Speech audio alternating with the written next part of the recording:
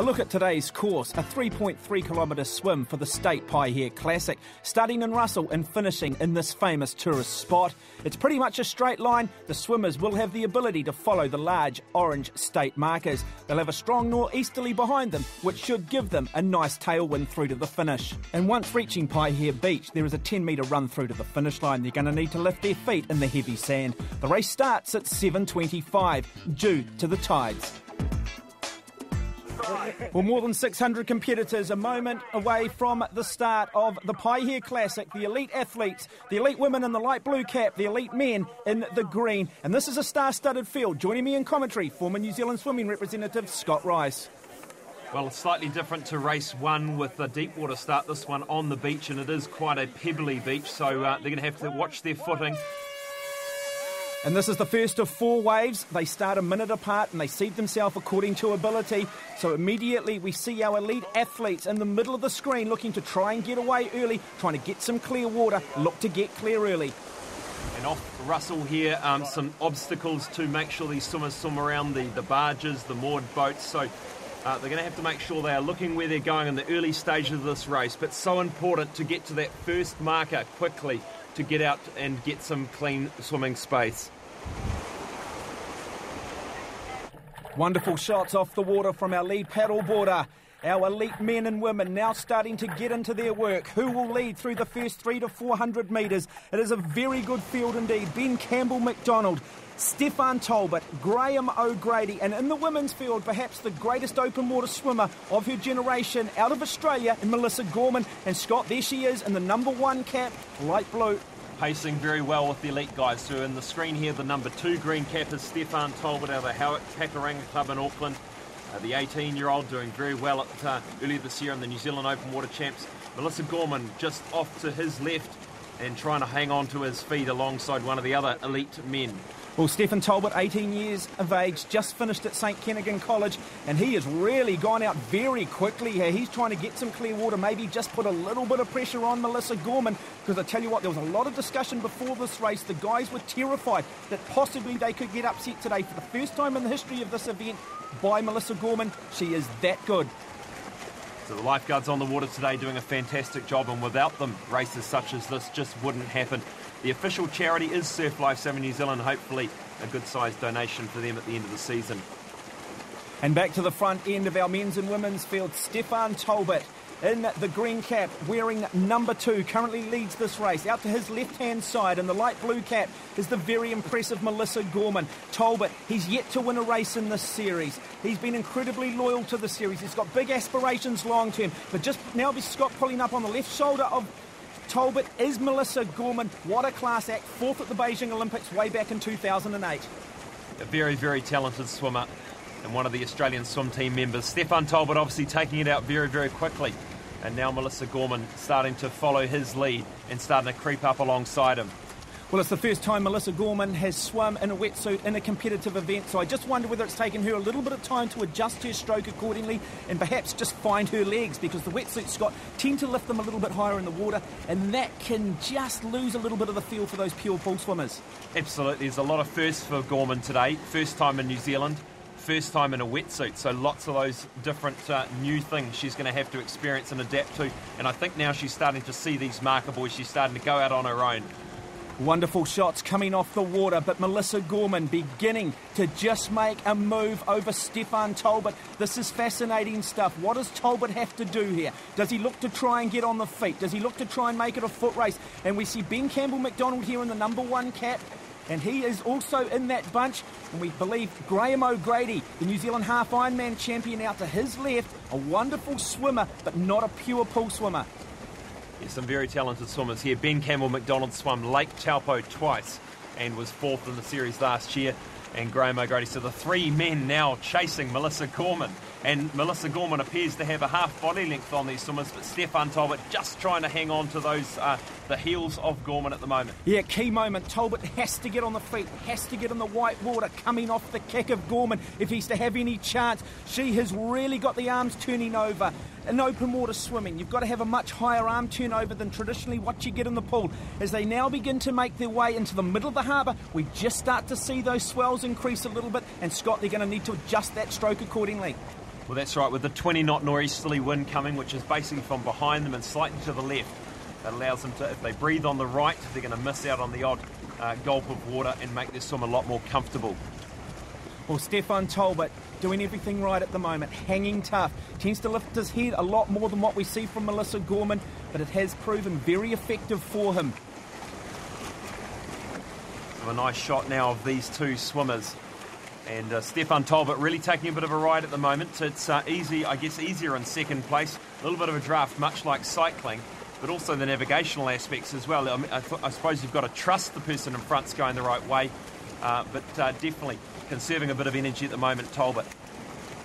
And Melissa Gorman just rolling into a little bit of backstroke. That's sometimes just to loosen up the shoulders, but more importantly, just to keep an eye on where the competition is. And she'll realise now that really it is just Stefan Talbot she needs to worry about. So this is remarkable. This is the first time in the State New Zealand Ocean Swim Series we've had a female competitor lead one of these races overall this far into a race, as we now get a shot at Graham O'Grady, the New Zealand half Ironman champion, finished 9th in the Harbour Crossing, and he is desperate to try and get himself on the podium today.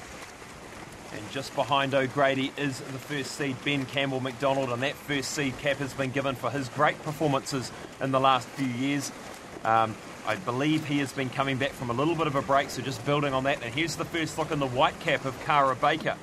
So Cara Baker, the New Zealand open water champion in both the 5 and 10K, and hoping to have some great performances at the New Zealand Open Water Champs in January to qualify for the Olympics next year. And at the London Olympic Games, the elite swimmers compete over 10 kilometres, which is remarkable when you think about this journey being 3.3. And wouldn't it be great to have Cara Baker and Kane Radford, two New Zealanders, on the start line at the London Olympic Games? And for just the second time, it will be staged at an Olympics, and that is due to its ever-growing popularity. To gain some greater understanding about open water swimming, here's Cara Baker with the Ford Ocean Swim Clinic. Yeah, sighting in the open water is really important. Obviously with pool swimming, you're following a black line and you're following obviously lane ropes either side of you. So it's important so you can see the buoys and obviously seeing the finish line. I tend to lift my head every, say, 3 to 5 strokes, depending on how choppy it is. If it's really flat, every maybe 7 strokes. Never take someone else's judgment when it comes to the buoys. You'll get disqualified for not following the right course.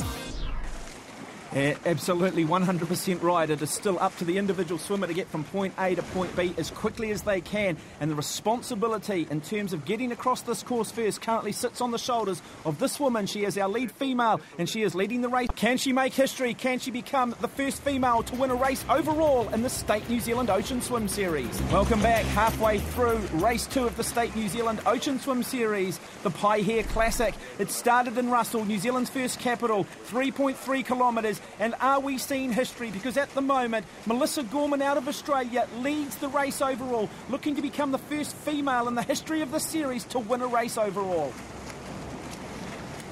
So Gorman, the 2009 and 2010 Australian Open Water Swimmer of the Year. And she's been in the Australian swim team since 2006. At the Commonwealth Games there, she won the silver in the 800 metres freestyle. So been around swimming for many, many years and really starting to exert her excellence in the open water.